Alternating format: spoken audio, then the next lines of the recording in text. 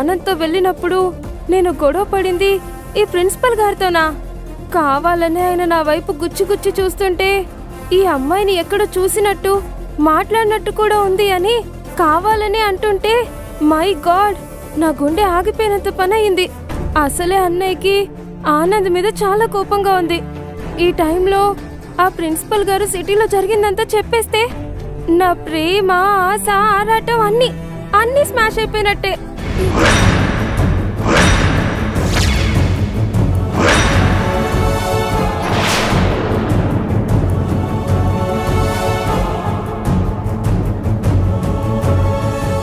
అక్కడ జరిగింది నేను కళ్ళారా చూసింది మీతో చెప్పాను.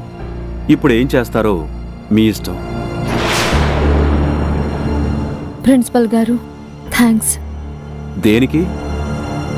మాకు తెలియనిది మీకు తెలిసినా అందరి ముందు చెప్పకుండా ఆగినందుకు.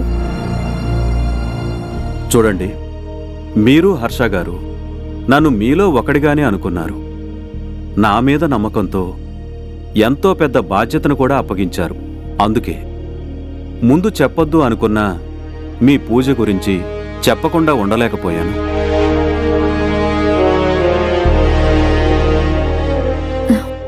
ఆ వయసే అలాంటిది. గుమ్మం దగ్గర కాపలాగా ఉన్న కిటికీలోంచి బయటకు చూసేలా చేస్తుంది. ప్రిన్సిపల్ గారు, దయచేసి మీరు ఈ విషయాన్ని ఇంకెవరితో చెప్పకండి.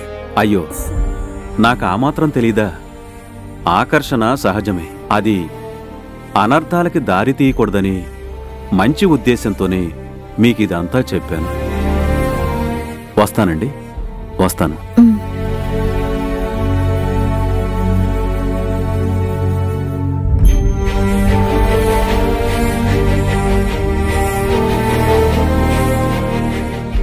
హర్ష గారు, ప్లీజ్.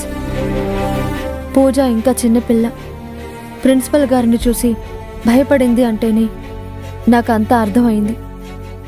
ఇప్పుడు మీరు కోపంతో తిడితే తను భరించలేదు.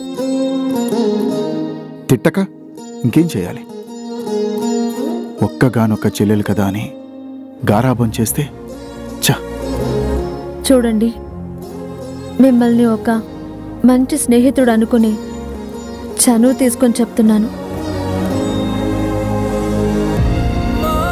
ఈ కాలం పిల్లలకి సినిమాల వల్ల, సోషల్ మీడియా వల్ల అన్నీ ముందే తెలిసిపోతున్నాయి.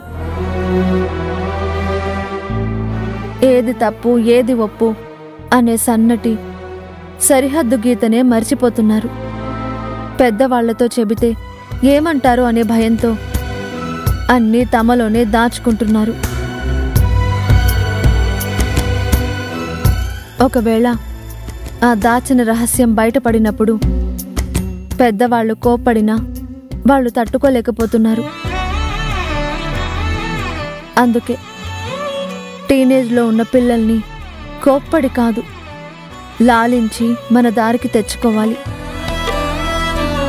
పంతాలకి పోతే చివరికి ప్రాణాలే పోయే ప్రమాదం ఉంది. అర్థమైంది. ఒక్కసారి పూజను పిలవండి. అలాగే.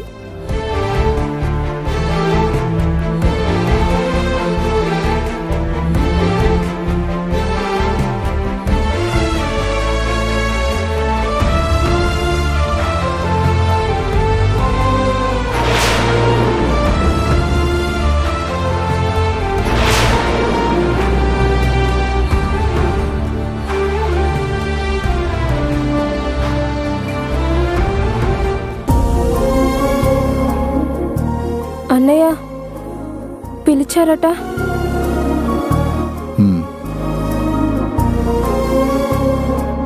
సిటీలో నీ స్టడీస్ ఎంత దాకా వచ్చాయి?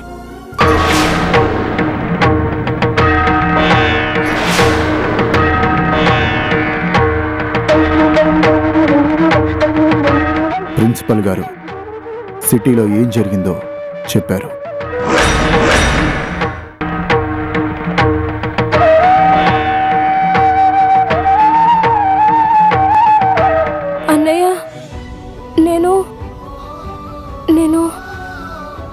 అది ఇంకేం చెప్పొద్దు.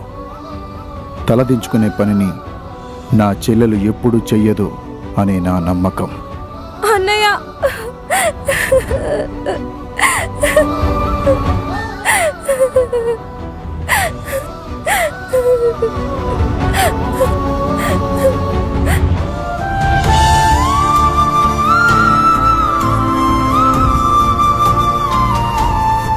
ఎట్టాగైనా శివ దగ్గరికి వెళ్ళాలి.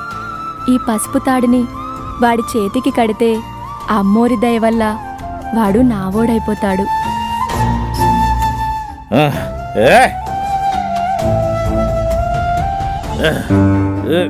నానా నానా, ఒళ్ళంతా ఈ దెబ్బలేంటి?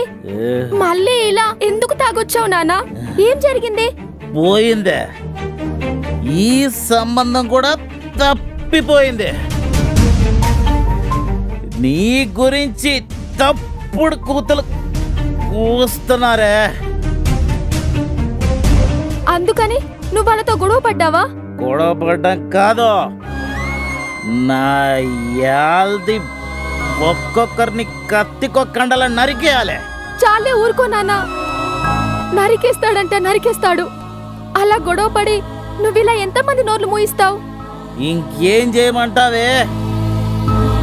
నలుగురు కలిసి నన్ను ఒక్కని చేసి కుక్కను కొట్టినట్టు కొట్టారో.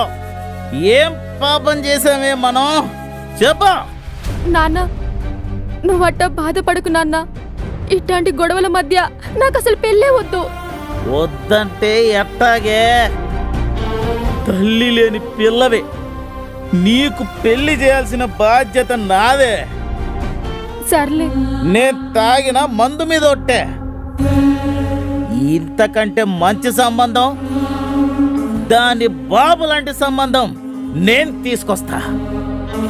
అట్ట చేయలేదు, నా పేరు వీరయ్య కాదు. బస్తీ మే సవాల్.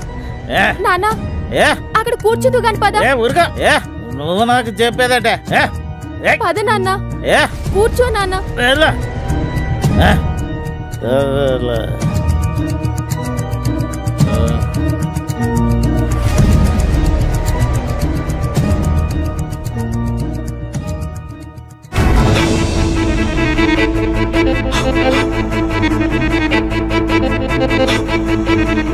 నానా,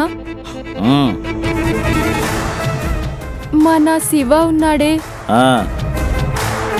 వాడంటే నాకు చాలా ఇష్టం.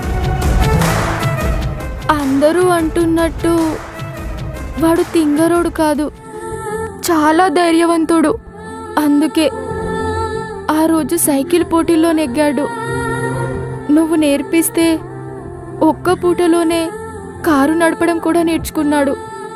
అంత గొప్ప హర్షబాబు ఇంట్లో డ్రైవర్గా చేరాడు.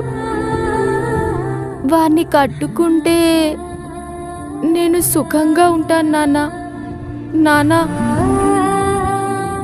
నీకు దండం పెడతాను, మా పెళ్ళికి ఒప్పుకో నాన్న.